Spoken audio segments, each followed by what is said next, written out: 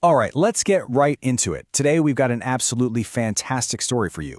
It's about an office that, well, they didn't just bend the rules of normal, they completely shattered them. We're going to look at what happens when a whole team just decides to go wonderfully, completely mad together. So this all comes from the perspective of a guy named Phil. He's the one caught right in the middle of this hurricane of weird. You can just feel his confusion, right? What on earth happened? How does a normal office just turn into a circus overnight? Well, let's find out. You know how they say every big avalanche starts with just one tiny pebble? Well, that's exactly what happened here. Except instead of a pebble, it was a very, very bold fashion choice. That was the first little crack in the dam of office sanity. And here we have him, our patient zero of madness, Shaftesbury. He just waltzes into the office one day, rocking these mismatched socks, and announces he's not just in support staff anymore. Oh no, he's now a fashion icon. I mean, it seems like a small thing, right? But that little act of rebellion, that was the spark that lit the whole fuse. And that little fashion statement? It didn't stop with Shaftesbury. Not even close. This glorious, wonderful absurdity, it was contagious. It just spread through the whole office like wildfire. And the whole thing just snowballed so fast it was unbelievable. Right after Shaftesbury, you've got Chris, who starts doing this motivational dance, which, let's be honest, kind of looked like a seizure. Then Debbie insists everyone call her Queen Debbie the Unpredictable. Haley shows up dressed as a giant fruit salad. Tina's trying to balance a stapler on her head while doing yoga. Greg will only speak in rhymes. And Emire decides he's a tree-hugging life coach. It was just a complete, total cascade of chaos.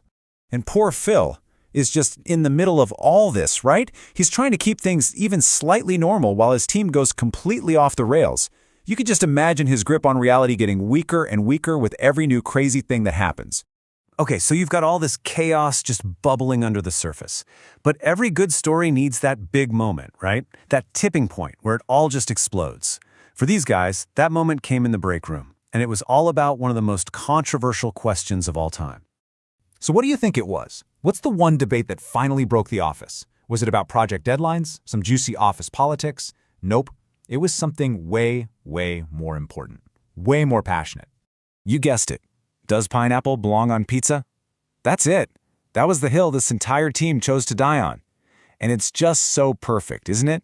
It shows how the silliest little things can become the lightning rod for all that pent-up crazy energy. And this wasn't just some regular argument. Oh no. It was basically performance art. You've got Chris doing his wild dances to fuel the fire, Shaftesbury's giving out fashion tips on the sidelines.